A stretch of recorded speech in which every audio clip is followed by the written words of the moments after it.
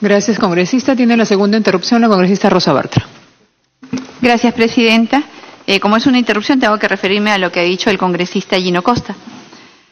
Por su intermedio, presidenta, él habla de una mafia que quiere interrumpir el avance en la investigación. Me pregunto, ¿quién quiere interrumpir el avance en la investigación? ¿Acaso no tienen, por ejemplo, en el caso del ex jefe del congresista Gino Costa y de algunos otros más en esta sala, presidenta, el corrupto expresidente Alejandro Toledo? 5 años tienen en sus manos esa investigación. ¿Quién lo está queriendo interrumpir? Me pregunto.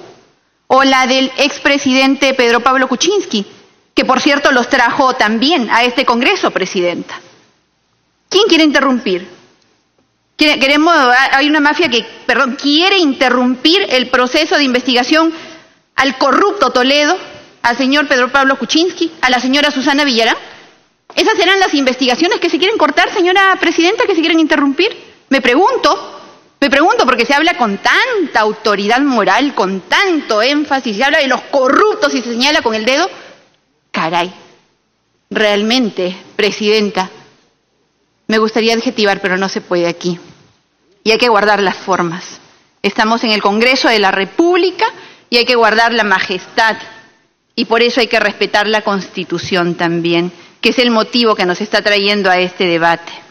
Espero, presidenta, que cuando nosotros hablemos del caso de Lavajato, también hablemos de la investigación que se ha hecho en este Congreso de la República. 165 funcionarios, presidenta, con recomendación de denuncia.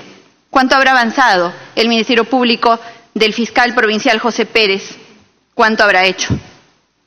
¿Avances en la investigación? Por favor. En año y medio este Congreso hizo muchísimo más de lo que han hecho, lo que han estado al frente de estas investigaciones por mucho más tiempo y con muchísimos más recursos.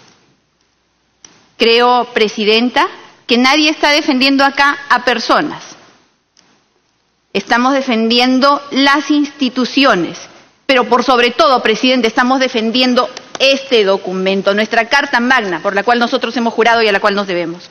Y que de ninguna manera, presidenta, vamos a permitir que se vulnere con objetivos de grupo, con objetivos de poder, con objetivos que no buscan más que quebrar el orden constitucional para poder instaurar una dictadura. Gracias, presidenta. Gracias, congresista. Para que termine, y por alusión, congresista Gino Costa. Sí, había terminado, presidenta. Solo un comentario final en respuesta a lo que dice mi colega Rosa María Bartra, presidente de la Comisión. ¿Quién se beneficia con la caída del acuerdo de colaboración eficaz entre Odebrecht y el Estado peruano? Todos los investigados. El propósito de sacar a Bela Barba y a Domingo Pérez Gómez fue el de tirarse abajo el acuerdo de Odebrecht. Y quienes hoy se niegan, digamos, a tomar una medida difícil y entrar a discutir a fondo qué hacemos desde el Congreso frente a esta situación excepcional en el Ministerio Público, saludaron esa decisión de retirar a los fiscales que habían sacado el acuerdo de colaboración eficaz de una situación de entrampamiento y en muy pocos meses habían llevado a firmarlo aquí en Lima con un compromiso de ratificarlo los primeros días de enero en Brasil. Y ese acuerdo de colaboración eficaz iba a permitir tomar los testimonios de una serie de directivos de Odebrecht que todavía no habían declarado, el testimonio de Jorge Barata nuevamente sobre varios casos y por supuesto pruebas que todavía no tenía la Fiscalía peruana. Si ese acuerdo se caía, la Fiscalía se quedaba sin pruebas para llevar a ninguno de los investigados ante la justicia. Entonces, cuando mi colega Rosa María Bartra hace referencia a Toledo y el señor Kuczynski y Susana Villarán, como diciendo o dando a entender que yo puedo estarlos defendiendo, Yo no los estoy defendiendo. Quien los está defendiendo es usted y Fuerza Popular, porque saludaron la decisión de remover a los fiscales y esa decisión iba acompañada con el propósito de tirarse abajo el acuerdo de colaboración eficaz con Odebrecht, que beneficiaba a todos los investigados sin excepción alguna. ¡A todos! Ahí no hay nombre y apellido. O sea que no nos engañemos acá.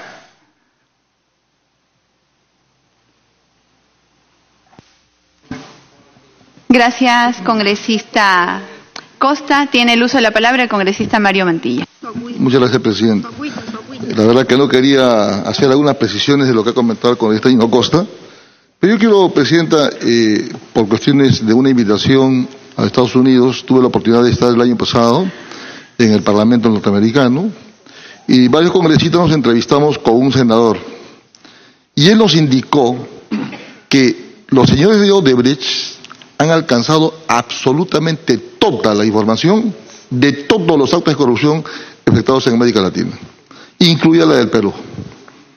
Entonces, yo me pregunto, si estos fiscales Vela y Pérez,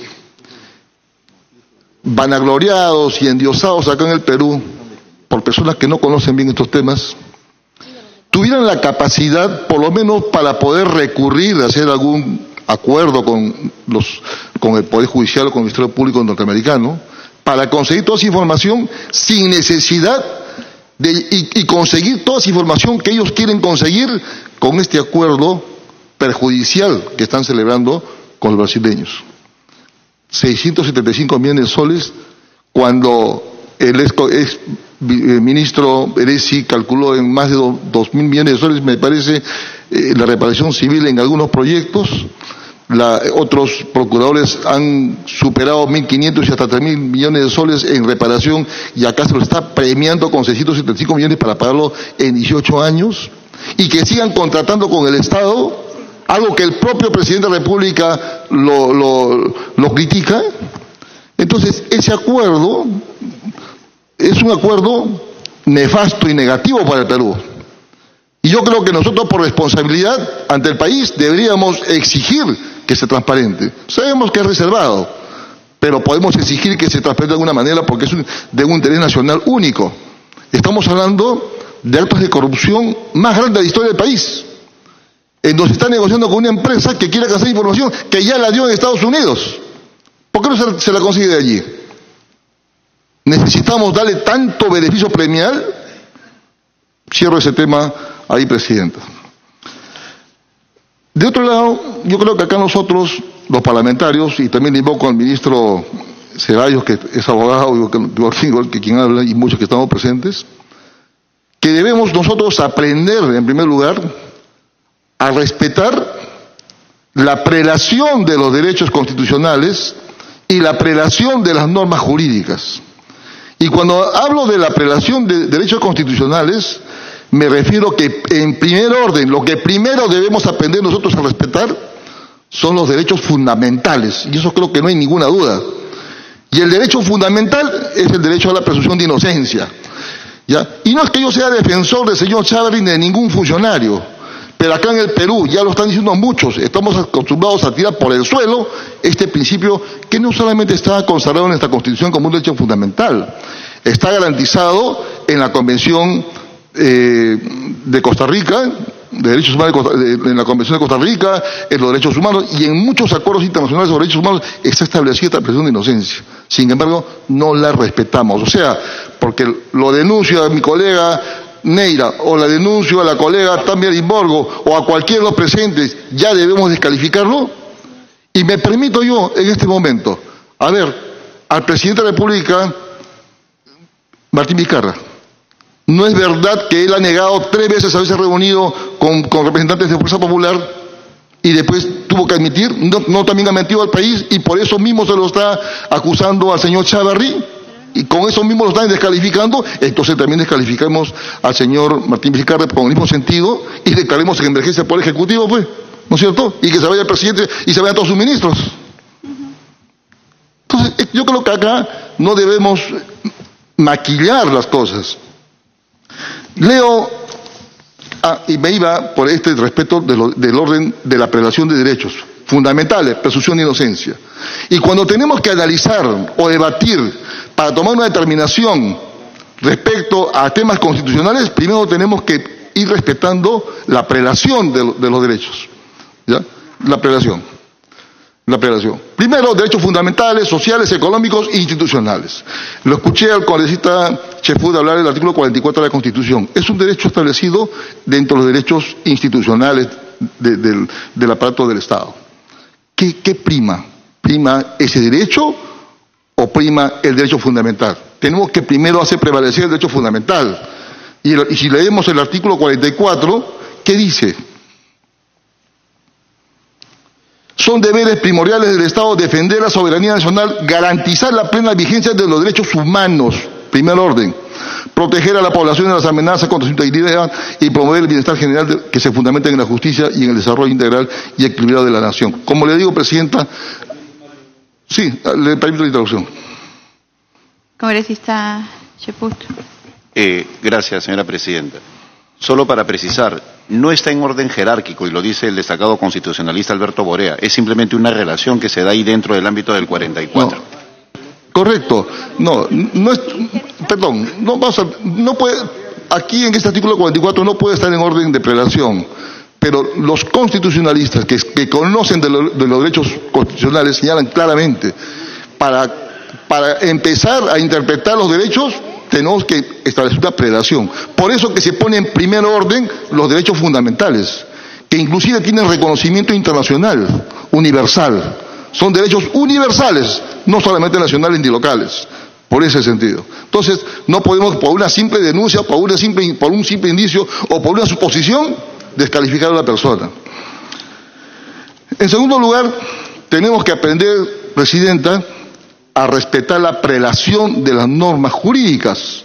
Y los que han estudiado derecho saben muy bien que existe una pirámide kelseniana. Primero está la Constitución, leyes, decretos supremos, resoluciones ministeriales, entre otras, ¿no? Entonces, si nosotros nos ponemos a respetar esta prelación, esta jerarquía de normas, es indudable, Presidenta, que con una ley, puede ser ley normal o una ley orgánica, nunca vamos a irnos en contra de lo que dice la Constitución, que tiene mayor jerarquía. Y la Constitución, en el artículo 158, es bien clara. El Ministerio Público es autónomo, ya, hasta ahí. El fiscal de la Nación lo preside, es elegido por la Junta de Fiscales Supremos. Habla de fiscales supremos, no habla de fiscales supremos adjuntos, fiscales supremos. El cargo de fiscal de la Nación dura 3 años. No habla de 1 año, ni medio año, ni por 9 meses. Nada temporal. Entonces, si nosotros analizamos esta iniciativa presentada por el Ejecutivo, ¿contraviene o no contraviene el artículo 158? Lo contraviene, pues, señora Presidenta. No hay que ser ciegos para no darnos cuenta. Contravienen, por más emergencia que se quiera dar o decir o maquillar, contraviene el artículo 158. Ahora, convengo en parte con lo que dice el congresista Gino Costa. De repente esta iniciativa no puede ser la mejor. Y ayer lo escuché también al ministro de Justicia en la Comisión de Justicia, diciendo de que puede ser perfectible. Claro que puede ser perfectible. Entonces, si hablamos de que puede ser perfectible, significa que tiene que haber un debate mucho más amplio. Pero no en la forma, ni en las condiciones, ni en la presión que señala el Presidente de la República, que si no quiero llegar a una cuestión de confianza al tacho, señora Presidenta, yo no me voy a oponer a que lo cierre el Congreso, que lo cierre, y después sea calificado como un dictador. No me voy a oponer a que lo cierre, pero tenemos que hacer un debate amplio. Estamos hablando de una entidad, parte del sistema integral de justicia, que se tiene que mejorar, ya lo dijo el congresista Velázquez, una ley orgánica del Ministerio Público que tiene más de 25 años, ¿no? Más de 25, desde el año 81, 27 años, 37 años. Entonces, necesita una reforma, pero una reforma que perdure en el tiempo, no una reforma que dure 1 año, 2 años o 5 años. Hagamos una reforma integral, como se está proponiendo en estos debates que estamos realizando en estos días a consecuencia de la reforma iniciada, que se saluda, La iniciativa iniciada por el presidente de la República se saluda, que sea materia de debate, pero que sea una reforma que perdure en el tiempo. Y eso lo han señalado varios de nuestros invitados. Muchas gracias. Congresista Costa, para la interrupción última. Gracias, Presidenta. Solo para hacer una aclaración sobre el acuerdo de colaboración eficaz con Odebrecht. Estados Unidos llegó, junto con los gobiernos de Suiza y Brasil, a un acuerdo de colaboración eficaz con Odebrecht a fines del 2016. Ahí es que nos enteramos, en diciembre del 2016 llegaron las primeras noticias sobre los sobornos a Toledo, los sobornos en el tren eléctrico y demás. Gracias, digamos, a ese acuerdo. Pero nos enteramos porque algunos párrafos del acuerdo hacían referencia a esos sobornos, sin gran detalle. Si Odebrecht entregó a las autoridades americanas, suizas o brasileñas esa información está en manos de esas autoridades. Pero las autoridades fiscales peruanas no tienen acceso a esa información. O sea, para acceder a esa información, que es relevante para los casos que estamos investigando en el Perú, tenemos que llegar a un acuerdo con Odebrecht. Entonces, puede ser que el acuerdo no sea perfecto, pero lo que esté en la balanza es, no nos gusta el acuerdo imperfecto y por tanto lo dejamos ir.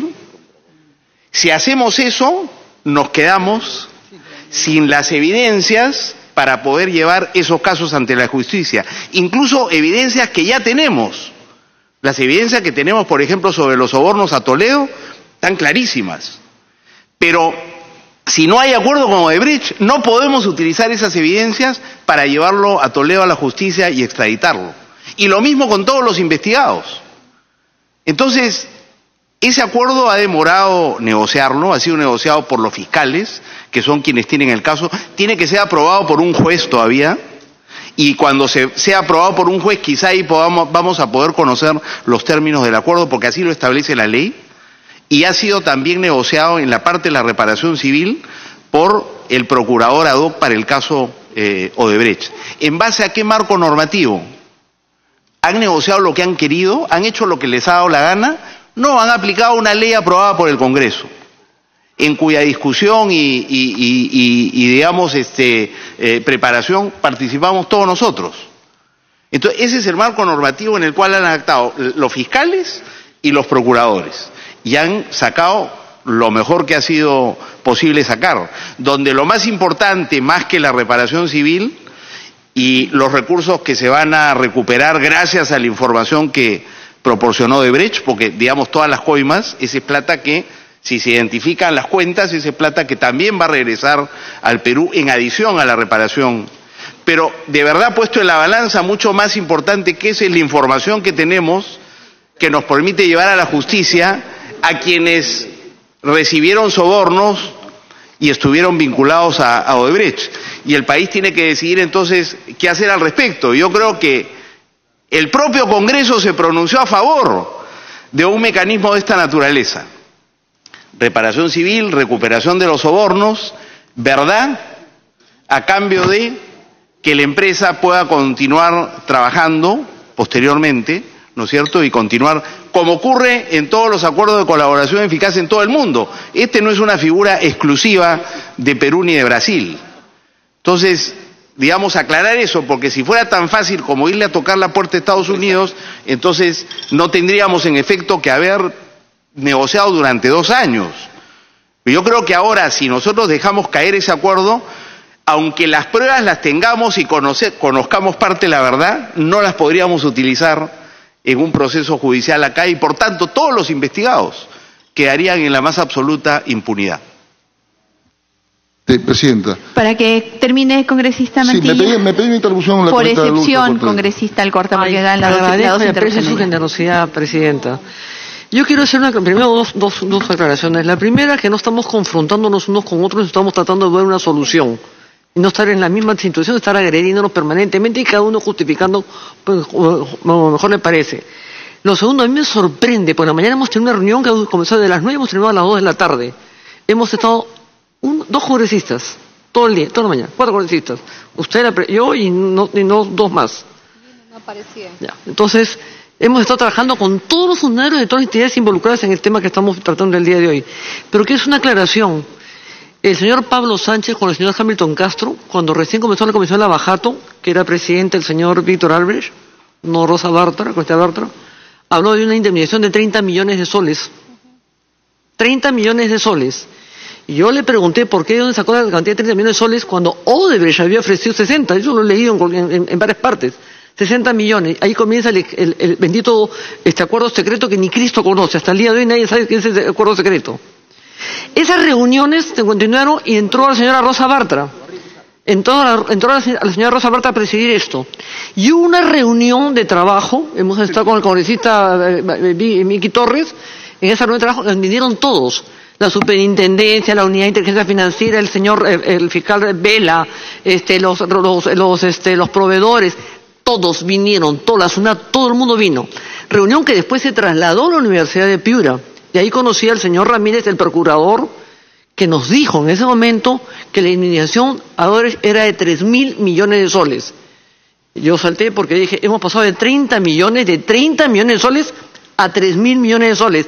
Francamente, la Tierra y la estratosfera.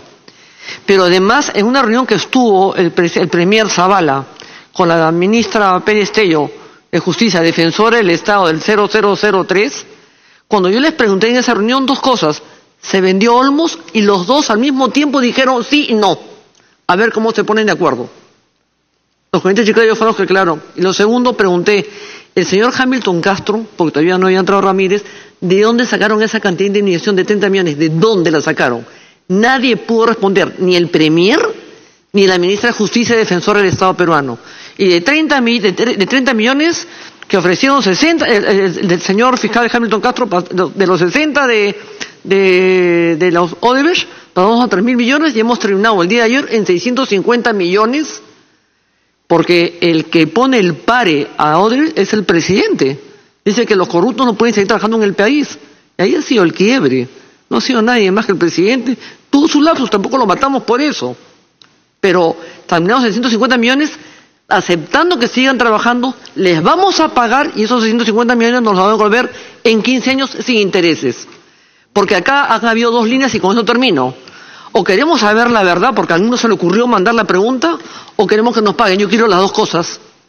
Yo quiero saber quiénes son los responsables de todos los gobiernos, funcionarios, todos. Caiga quien caiga, tenemos que saber quiénes son los responsables de este saqueo, el más grande de la historia de la República, y que nos indemnicen, primero que nos devuelvan lo robado, lo saqueado, lo sobrevalorado para pagar las coimas, porque han estado involucrados todos, ministros, funcionarios, gobernantes, todo el mundo está involucrado acá.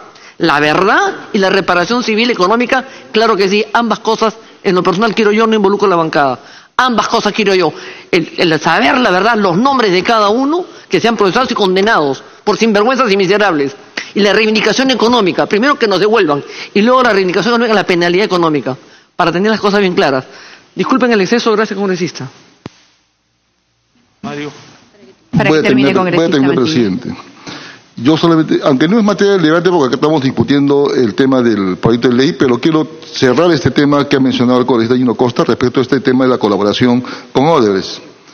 Yo me pregunto, y le digo al congresista Gino Costa, sin el ánimo de tener un diálogo, a ver, si yo, fiscal, tengo la mayor cantidad de información posible respecto a todos los actos de corrupción, recolectada desde Estados Unidos, de Colombia, de donde sea, tengo toda la información, y la tengo al frente a Odebrecht, que si es que yo no tuviera esa información, Odebrecht se pone exquisita conmigo. Pero si yo tengo toda la información recabada de varios lugares, como en este caso de Estados Unidos, donde ha confesado hasta lo último, ¿usted cree que Odebrecht me va a decir, señor, pero déjeme seguir contratando, solamente le pago 610 millones, déjeme pagar en 15 años la reparación civil? ¿Usted cree que Odebrecht tendría la calificación para poder condicionar a los fiscales y al procurador público ese tipo de beneficios premiales? No, pues. Entonces, por eso es que yo juzgo y critico la capacidad de los fiscales de que ellos deberían preocuparse por recabar información. Porque cuando nosotros hablamos con este senador, él dijo que nos pidan y les alcanzamos todo, pero nadie les ha pedido nada. Ahí cierro, señora presidenta. Muchas gracias. Gracias, congresista Mantilla. Congresista Karina Beteta.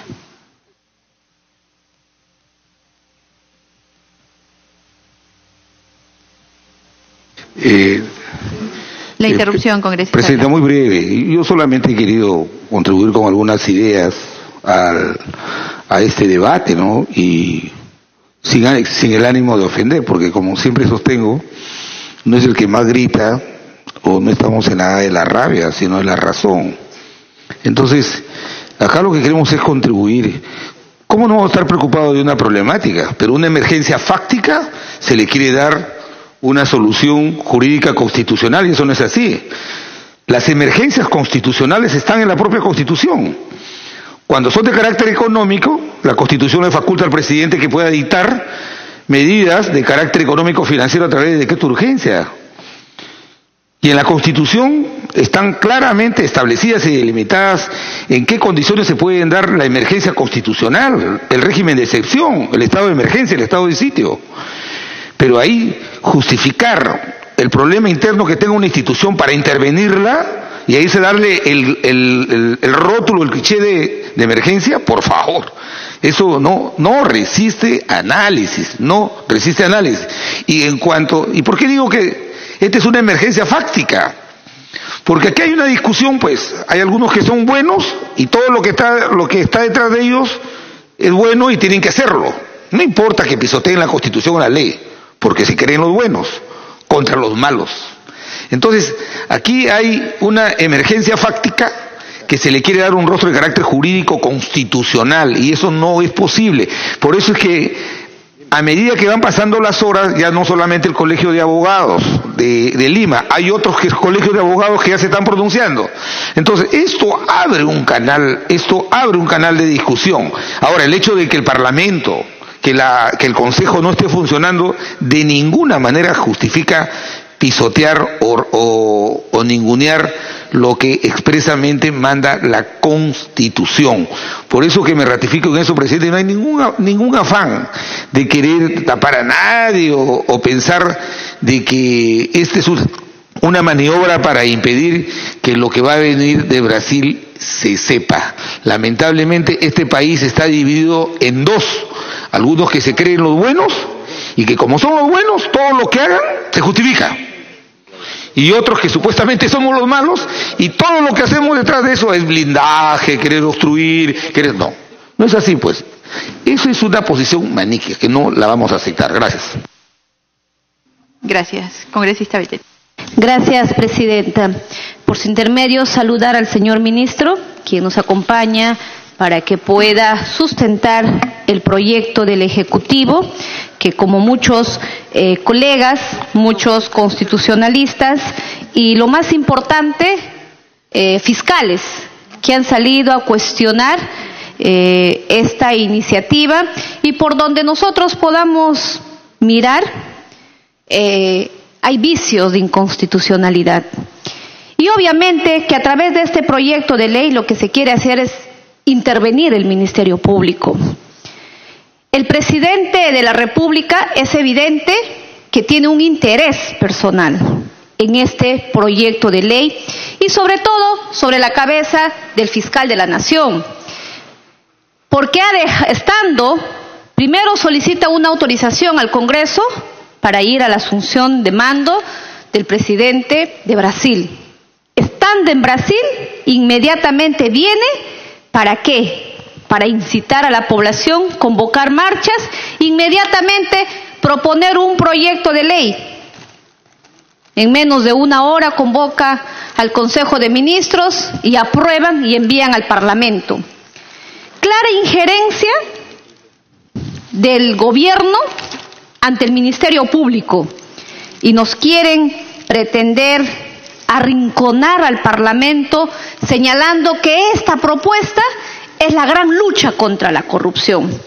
Señor ministro, la lucha contra la corrupción también es bandera de todos los buenos peruanos y del Parlamento. No solamente es de una persona, pero por ello no nos podemos atribuir, pretender abanderar cuando se quiere intervenir el Ministerio Público, porque es clarísimo lo que se pretende, solamente es la remoción, ¿no? Sacar al fiscal de la Nación y los demás puedan seguir. Incluso escuché a algunos colegas congresistas ya sentenciar de los 5 fiscales supremos, para ellos solamente serían válidos 2. ¿Quiénes? La señora Soraya, fiscal muy ligada, ¿no?, a Ramos Heredia. ¡Qué bien! También tenemos al fiscal Pablo Sánchez. Justamente algunos colegas congresistas que hoy piden la cabeza del fiscal de la Nación se oponían y decían que el Parlamento no puede interferir ante el fiscal de la Nación cuando hubo una denuncia constitucional del ex fiscal de la Nación, al señor Pablo Sánchez, por el presidente del Congreso, el congresista Daniel Salaverry. Los mismos congresistas que hoy, a través de una propuesta de ley, quieren sacar al fiscal de la Nación, pero cuando se trataba del amiguito, ¿qué importa? Ahí no era procedente, e incluso decían mayoría abusiva, mayoría autoritaria, quieren sacar a un fiscal de la Nación. ¿Y en qué consistía esa denuncia constitucional? Justamente del tema, qué coincidencia del mismo tema que estamos abordando. Era el caso Lavallato, porque se había denunciado constitucionalmente, según la denuncia, por obstruir la investigación, porque teníamos también en ese entonces que los mismos que hoy defienden a 2 héroes de barro, también defendían al señor Hamilton Castro, que era un trabajo perfecto. Y cuando ingresó el nuevo fiscal y designó al nuevo equipo que conforma el fiscal Vela, dijeron, ya se cayó el caso Lavallato, porque el único que conocía y que le podía hacer justicia era el señor Hamilton Castro. ¿Y dónde quedó esa teoría? O sea, el problema no es del fiscal si sacan o cambian. El problema es la voluntad que se tiene para luchar contra la corrupción y contra los corruptos, no de manera selectiva, no solamente de atribuir a quien no me cae bien o a quien tengo que terminar a través de 2 operadores judiciales con una opositora política. No, señor, todos los peruanos queremos saber quiénes fueron esos corruptos de 20 años que nos engañaron, se llevaron la plata de todos nosotros. Por ello no tenemos carretera, por ello nuestros niños, me indigna cuando hay niños, padres de familia que están durmiendo en las afueras de colegios para solicitar una vacante para que su niño pueda estudiar. Ahí no hay indignación del Ejecutivo cuando deberíamos de preocuparnos por ello. Sin embargo, hoy se hace una cuestión de Estado y se declara en emergencia porque a mí no me gusta que 2 fiscales no hayan sido ratificados para que puedan continuar en una investigación. ¿Y por qué no declararon en emergencia? ¿Por qué no alzaron la voz cuando a 2 procuradoras, Catherine Ampuero y Julia Príncipe, fueron destituidas por denunciar a estas empresas Odebrecht? Bueno, estaremos frente a lo que decían, ¿no? Estas empresas Odebrecht, Graña y Montero, ponen y sacan presidentes. Ahora podríamos decir, ponen, sacan presidentes y sacan fiscales. ¿Por qué? Porque siguen seguir vendiendo la idea que están luchando contra la corrupción. Y aquí vamos a hablar de manera clara. No podemos seguir engañando al pueblo, decir que ellos son los abanderados de la lucha contra la corrupción, son los inmaculados, los puros y castos, y que nosotros de la bancada de Fuerza Popular somos obstruccionistas, somos blindadores, somos corruptos. Eso es totalmente falso. Nosotros como Fuerza Popular somos los primeros interesados que el Ministerio Público debe trabajar con objetividad, transparencia, sin persecución, respetando las normas. Y dicen que se quiere ahora sacar a los fiscales porque la información que venía de Brasil iba a perjudicar a Fuerza Popular. Falso. Vamos a dar lectura. Aquí está la agenda que se iba a llevar. del 14 al 18. ¿Y qué casos iban a ver? Justamente la interoceánica. ¿Quién es responsable en la interoceánica? Recordarle a algunos colegas que han sido ministros de ese gobierno, del señor Toledo. Caso Metro de Lima, el gasoducto. Nuevamente tenemos la interoceánica, 2 y 3. Tenemos el caso de la revocatoria. Y cuando hablamos revocatoria, ¿es de Fuerza Popular? Es la señora Susana Villarán, del señor Miguel Castro. De la misma manera tenemos jueves y viernes que iban a recoger la información del caso La Revocatoria. Y nuevamente tenemos el caso de la interoceánica, el tramo 4, y el caso de Metro de Lima. Pregunto, ¿Fuerza Popular fue gobierno durante estos años para tener preocupación en la información que pueda llegar? No, señores, no tenemos miedo y lo hemos dicho. Por eso quien habla puede hablar con autoridad, porque nosotros nos hemos enfrentado conjuntamente con la congresista Rosa Bartra, que presidió la comisión Lavallato. Estuvieron los congresistas, Hinojosa también ha integrado, luego fue reemplazado por congresista Violeta.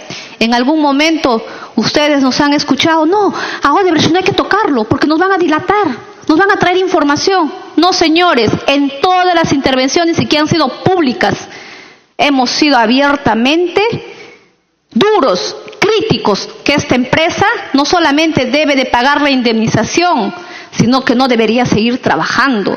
¿Pero qué hizo el Ministerio Público bajo la gestión de Pablo Sánchez? El héroe, el único que puede solucionar los problemas en el Ministerio Público. ¿Qué hizo? ¿Hicieron alguna intervención a las empresas Odebrecht?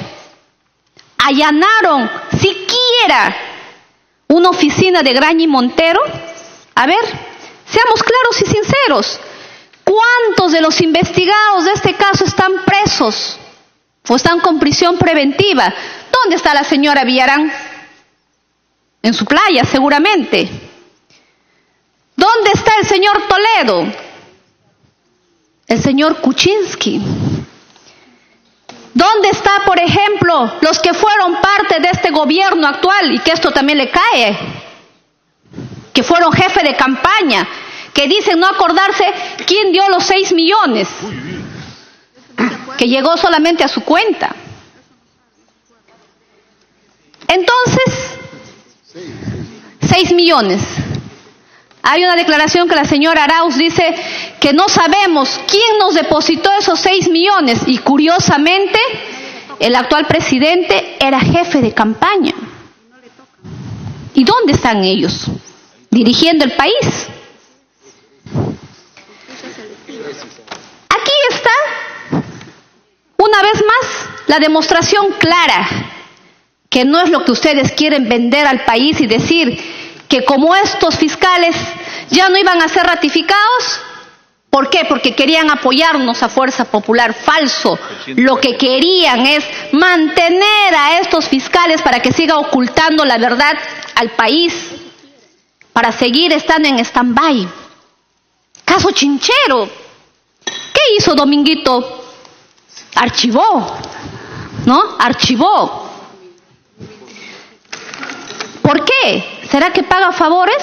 Porque la esposa determina las compras Mi Perú. No lo sé. También quiero ser mal pensada, así como ustedes dicen que lo quieren sacar porque les quiere favorecer.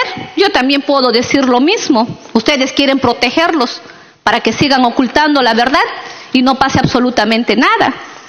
Entonces las cosas como tiene que ser. Y aquí una vez más demostramos que aquí está. Y más aún, por ejemplo, ¿cuándo les creería? Cuando los congresistas, algunos que defienden y lanzan la piedra, que van al paredón algunos. Pero cuando por ahí aparecen denuncias de plagio, no es plagio. No es plagio, absolutamente nada. ¿Cómo es posible que le van a investigar?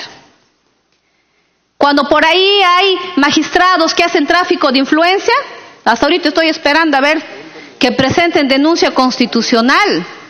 O cuando usando el cargo de fiscal de la nación, recomiendo a mi hijo que entre a trabajar al Jurado Nacional de Elecciones. ¿Quién denunció? ¿Ves? Se dan cuenta, ¿no? Entonces ahí no hay la objetividad. Por eso me rebelo cuando aquellos que quieren salir abanderados, ¿quiénes? El señor Ugaz, que ha defendido y ha sido asesor de Odebrecht, y al mismo tiempo su estudio asesoraba Proinversión. Los mismos abogados que están ahí en la marcha, que recibieron plata de Odebrecht, que dirigen una conferencia, el señor Gorriti, que IPIS recibió $250,000. El que es decente demuestra con la decencia. Yo puedo entender que cuando recibieron ese aporte, posiblemente no sabían que era plata mala vida, pero que ellos mismos han seguido la investigación y dicen que ha sido plata vida. ¿Por qué no devuelven ese $250,000? Para creerles que realmente son luchadores contra la corrupción. Con mucho gusto, colega Gino. Sí.